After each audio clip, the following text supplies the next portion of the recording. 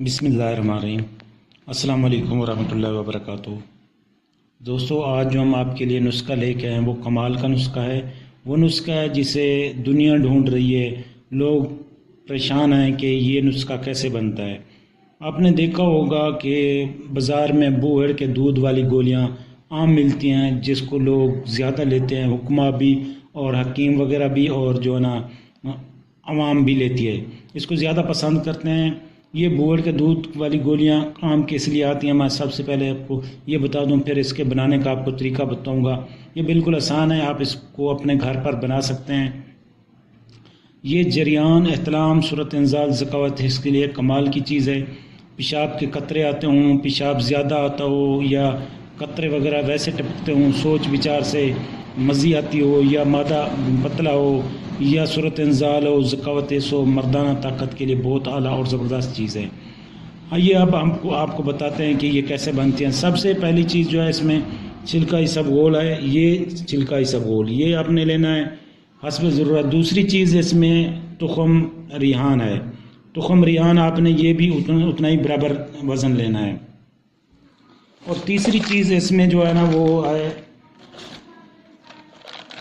یہ ہے گوند کیکر۔ گوند کیکر آپ نے جتنا آپ کو بتاتا ہوں اتنا لینی ہے۔ یہ آپ نے تقریباً یوں سمجھ لیں، آپ کو وزن بتاتا ہوں اسی حساب سے آپ نے بنانا ہے۔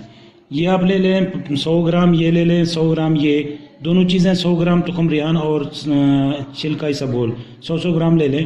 ان کو باریک پیس کے آپ نے کرنا ایسا ہے کہ یہ گوند کیکر آپ نے تھوڑا سا تقریباً 20 گرام اس میں پیس کے ڈال دینا ہے، اور پھر اس کو پانی کی مدد سے آپ نے گولیاں بنانی ہیں، چنے برابر گولیاں بنا لینی ہیں۔ گولیاں بنا کے آپ نے کرنا ایسا کہ ان کے اوپر چاندی کے ورق چڑھا لیں۔ اب چاندی کے ورق آپ نے ایسے چڑھانا ہے کہ گولی جب گیلی ہو اس وقت آپ نے چاندی کا ورق نیچے رکھ کے اوپر سے گولی گھما دینی ہے، وہ خود بخود اس کے اوپر چڑھ جائے گا۔ پھر اس کو جو نا آپ نے خشک کرنے کے لیے کسی جگہ پہ رکھ دیں۔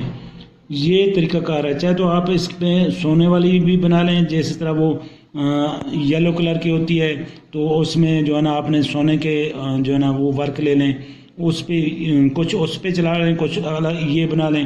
اسی طریقے سے 2 قسم کے آپ بنا لیں، اور اسے آپ استعمال کا طریقہ آپ کو بتا دوں کہ یہ ایک گولی صبح نہار منہ کھانی ہوتی ہے، ایک بوقت عصر یعنی کہ کھانا کھانے سے آدھا گھنٹہ پہلے آپ ان کو کھا لیں۔ یہ پانی کے ساتھ کھا لیں یا دودھ کے ساتھ کھا لیں، کوئی مسئلہ نہیں ہے، دونوں کے ساتھ چلتا ہے۔